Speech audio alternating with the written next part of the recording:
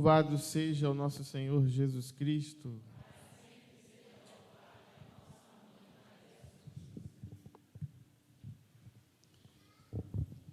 Jesus continua sendo confrontado pelos grupos religiosos do seu tempo, que já tomaram no seu coração a decisão de eliminar Jesus, de tirar Jesus do seu caminho. Hoje, mais uma vez, vão colocar Jesus à prova, perguntando qual é o maior mandamento. Lá no Antigo Testamento, Deus já havia dado os 10 mandamentos, o decálogo, a Moisés. E o povo quis que esses mandamentos se desdobrassem um pouco mais na vida deles, na vida prática, no dia a dia. E aí tiveram tantas outras leis, normas, que chegam a 613 normas, das quais Jesus muitas vezes até fala e critica no próprio Evangelho, quando eles falam porque os discípulos de Jesus não comem sem lavar as mãos, ou a forma certa de lavar os talheres, os pratos. Então, inúmeras leis, 613. Dá 6 mais 3 mais 1, 10, em referência a esses 10 mandamentos. E aí eles perguntam a Jesus, qual é o maior desses mandamentos? E Jesus responde trazendo a essência do próprio Deus. Porque tudo só tem sentido na nossa vida se fazemos por Deus e para Deus. Então, os mandamentos, eles não servem apenas para a gente exteriormente cumprir um rito, uma norma, mas para que, a partir do nosso amor a Deus, nós possamos lhe obedecer, lhe ser fiéis, cumprir a sua vontade. Então, Jesus traz o amor a Deus como o centro de todos os mandamentos. Quem ama a Deus, quem ama o próximo, cumpre todas as leis. Quem ama a Deus, quem ama o próximo, não vai roubar, não vai matar, não vai cometer adultério, não vai deixar de participar das missas aos domingos e por aí vai. Esse amor a Deus e ao próximo faz com que nós sejamos obedientes a todos os mandamentos. E aí nós vemos este primeiro mandamento, amar a Deus sobre todas as coisas. Lá, quando Deus dá este mandamento a Moisés, vemos Deus pedindo para ser amado. Quando Deus diz que precisamos amá-lo sobre todas as coisas, Ele está pedindo esse amor de cada um de nós. Imaginemos uma pessoa que pede para ser amada.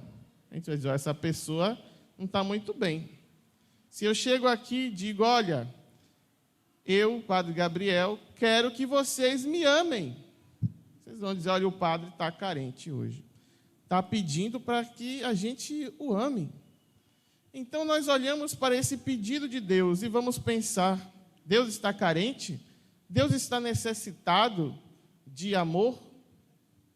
Obviamente que não. Não há uma carência em Deus. Deus não precisa do nosso amor para Ele ser Deus. O que Deus quer, então, pedindo que nós o amemos acima de todas as coisas, é porque Deus sabe a felicidade e a consequência de uma alma que o ame. Deus sabe o que vai acontecer com a sua alma se ela o amar, bem como as consequências, as infelicidades e a destruição de uma alma que não ame a Deus. Por isso, quando Deus pede que nós o amemos, é muito mais por nós do que por Ele. É sabendo que a nossa alma precisa e terá uma consequência feliz se nós o amarmos. E aí, Jesus é perguntado qual é o maior mandamento. Ele responde, amar a Deus, mas ele responde também qual é o segundo, que não tinha sido perguntado a ele. Jesus traz para a resposta do maior mandamento o outro maior também. Veja, para dizer que precisamos amar a Deus, Jesus também diz que precisamos amar ao próximo. Não tenho como amar a Deus sem amar o meu próximo, sem amar o meu irmão. Domingo passado nós ouvimos no Evangelho, dizia o que no Evangelho domingo? Já vieram estudados, né? Dai a César o que é de César. E aí eu dizia, na moeda está escrito, está a figura, a marca, a imagem de César. E qual a imagem que está marcada em nós? A imagem de Deus, não é? Então, se a imagem de César está na moeda, demos a ele o que é dele. Em nós está a imagem de Deus. Então, como eu vou dizer que amo a Deus e não amo aquele que tem a imagem de Deus? São João vai dizer, você é um mentiroso. Não podemos dizer que amamos a Deus que não vemos e dizer que não amamos a Deus que não vemos e não amamos ao irmão que nós vemos. Quem não ama não conhece a Deus. Deus é amor, é o que São João nos revela. Então, este amor ao próximo é uma condição para que nós possamos dizer também que amamos a Deus. E aí nós vemos esse amor que é pedido, e como disse, pela consequência que ele vai trazer na nossa vida, na nossa alma, nós podemos dizer, mas eu já amo a Deus sobre todas as coisas, porque eu não coloco nada acima de Deus. Então eu amo a minha família, eu amo os meus bens materiais, eu amo o meu dinheiro, mas eu amo muito mais a Deus. Como se nós fôssemos colocando uma porcentagem para cada coisa do nosso amor. Então, a minha família eu amo. 20% do meu amor é para a minha família. 10% para o meu dinheiro. 28% para os bens que eu possuo. E 50% é todo de Deus. Está certo ou errado essa forma de apresentar o nosso amor? Certo ou errado? Mas tem 50% para Deus. O que é que o mandamento diz? Amar a Deus sobre todas as coisas, de todo o coração. Não é 50, nem 60, nem 70, é 100%. O meu coração precisa amar a Deus 100%. Ninguém deve ocupar o lugar desse amor, só de Deus. Agora, as outras coisas que eu preciso amar, cuidar, elas devem partir deste amor de Deus, da experiência do amor de Deus. Porque se eu não amo a minha família como Deus ama, eu não estou amando a Deus sobre todas as coisas. Eu estou amando Deus de uma parte e amando a minha família outra parte, amando as minhas coisas de outra forma. Então, tudo é a partir do amor a Deus, no que eu faço, nas minhas tarefas domésticas, no meu trabalho. Se eu trabalho atendendo alguém, eu preciso atender aquela pessoa como se eu estivesse atendendo a Jesus, porque o meu atendimento é a partir do meu amor por Deus. Se eu vou limpar uma casa, que seja a minha limpeza, como se eu estivesse limpando a casa para Jesus. Se eu for enfeitar algo, como se fosse de Jesus aquilo que eu estou fazendo, enfeitando, arrumando. Se eu tenho que me dirigir ao próximo, é como se eu estivesse me dirigindo a Jesus. Isso é colocar o amor de Deus em tudo o que nós fazemos, porque assim o meu coração é todo dele. E tudo que eu amar e fizer é a partir de Deus, e assim eu não amarei as coisas que são de César, assim eu não amarei as coisas mundanas, assim eu não amarei aquilo que me tirará da presença de Deus. O nosso amor, a nossa vida, o nosso viver deve ser sempre a partir da nossa experiência com o Senhor. E essa experiência se desdobra na nossa vida com os irmãos, amando uns aos outros. Como então eu declaro o amor a Deus posso vir à missa, ter as minhas devoções, fazer minhas novenas e tanto mais, mas com aquele irmão eu não falo. Com aquele irmão eu não quero conta, eu não vou com a cara, eu falo mal dele, eu faço fofoca com o nome dele, então eu não amo a Deus coisa nenhuma. Esse amor não é sincero, verdadeiro. E aí nós olhamos para um mundo em guerra e dizemos, nossa, olha para esses países, e esquecemos da guerra que nós vamos produzindo todos os dias dentro da nossa casa. Com a falta de diálogo, de perdão, com a gritaria, com os palavrões, com as humilhações, com a nossa indiferença ao próximo. Então, nós somos promotores das guerras que nós muitas vezes criticamos. E então é preciso enxergar a imagem de Deus no outro com todo esforço. Se esforçar. Nós estamos nessa vida, nesse breve estágio, para aprender a amar a Deus. Quinta-feira a gente vai recordar as pessoas que já foram. Daqui a pouco estarão recordando a gente também, a gente vai passar. E como nós vamos viver esse breve estágio da nossa vida para aprender a amar a Deus e amar ao próximo. Porque não tem outro caminho para a eternidade. Jesus deixou bem claro os maiores mandamentos: amar a Deus sobre todas as coisas, com todo o coração, com toda a intensidade, e amar o próximo como a si mesmo. Portanto, se eu quero ir para o céu sem amar o próximo, eu não vou.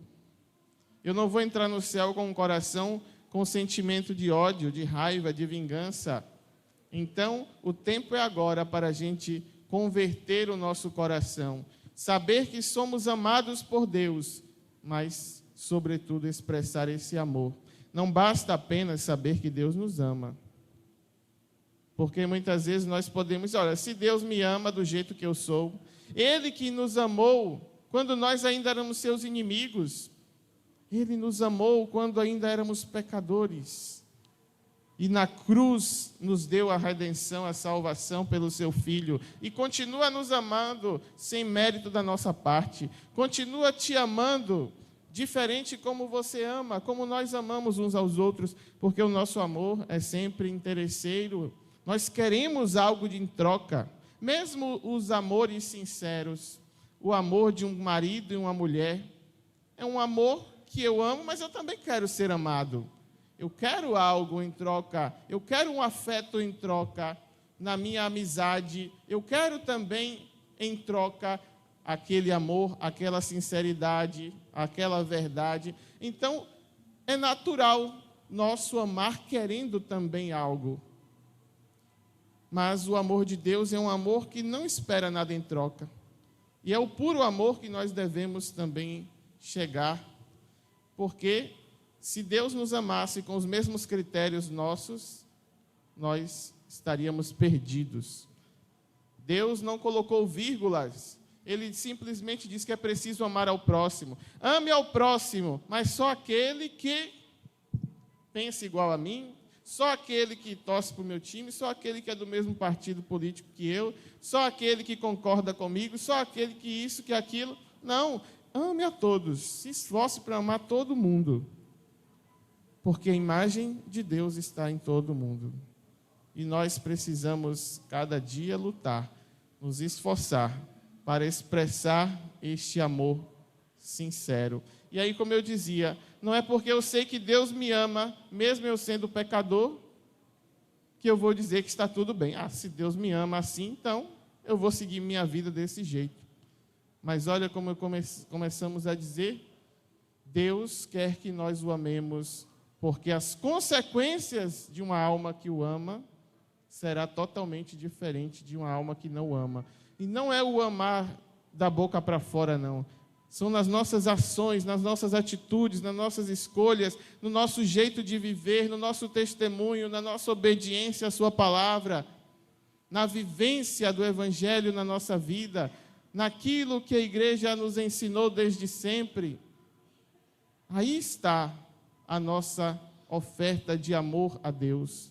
as práticas desse amor a Deus. E nós vivemos hoje num mundo em que ninguém está nem aí mais para as coisas de Deus, não se importa mais em desobedecer a Deus. Eu sei que é errado, mas eu vou fazer assim mesmo.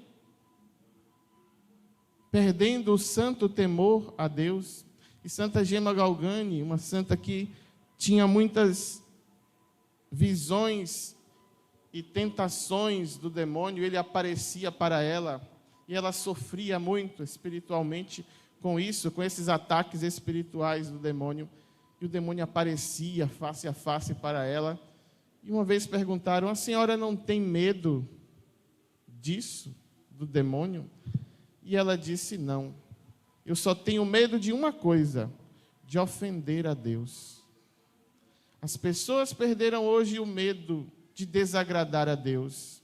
E nós não devemos amar a Deus não por medo de ser castigado, é o medo de ferir o coração de quem nos ama incondicionalmente.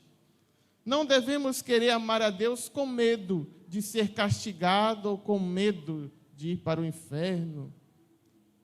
Esse não é amor, isso não é amar. Como um filho que só obedece o pai e a mãe com medo de apanhar.